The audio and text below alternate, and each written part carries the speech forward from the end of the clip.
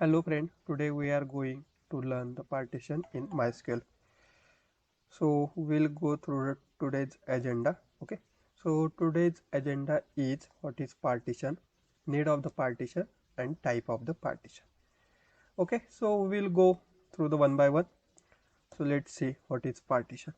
Okay, so partition, it is the grouping the table into the subgroup or divide the table into the subgroup. Okay, so what is the need of the partition? It is improve the performance of the table or queries. Okay, reduce the execution time and improve the performance of the system. Okay, so a partition clause is used to partition rows of the table into the groups. Okay, and it is useful when we perform the calculation on the individual row of the group using the other row of the group. Okay, so this is the basic about the what is partition and what is the use of the partition. So need of the partition is to improve the performance of the table and as well as it is improving the performance of the system.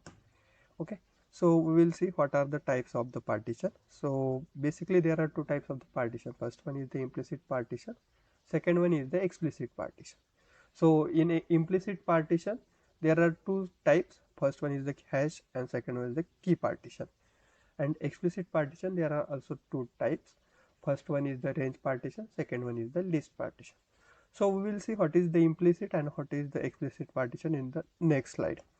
Okay, so first we will see what is the implicit partition. So in implicit partition we does not explicitly specify the partition number and values. Okay, so here we are not passing the partition number or values. Okay, so first type we will see. So first type is the hash. Okay, so hash partition. In this partition MySQL take care of the partition. Okay, so here we are not passing any values to it.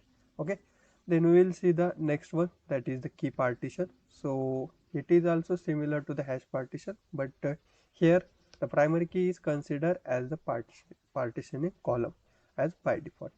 Okay, so here only here user only need to specify the number of the partition required.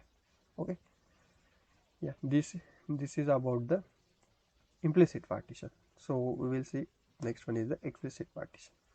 So in explicit partition user must have passed the explicit values and partition number. Okay, so range partition. Okay, so the type in the implicit partition is the range partition.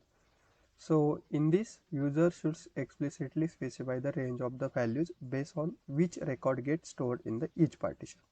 It means that in explicit partition or range partition we have to explicitly specify the values. Okay, so in the range partition we are passing the range of the values. Okay, and the next one is the list partition. So in list partition we are specifying the list of the values on which or on which basis the values should be stored in the each partition.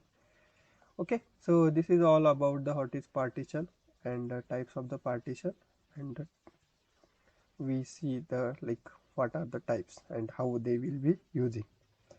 Okay, so thank you, like, share, subscribe the channel, and we will see in depth in upcoming session.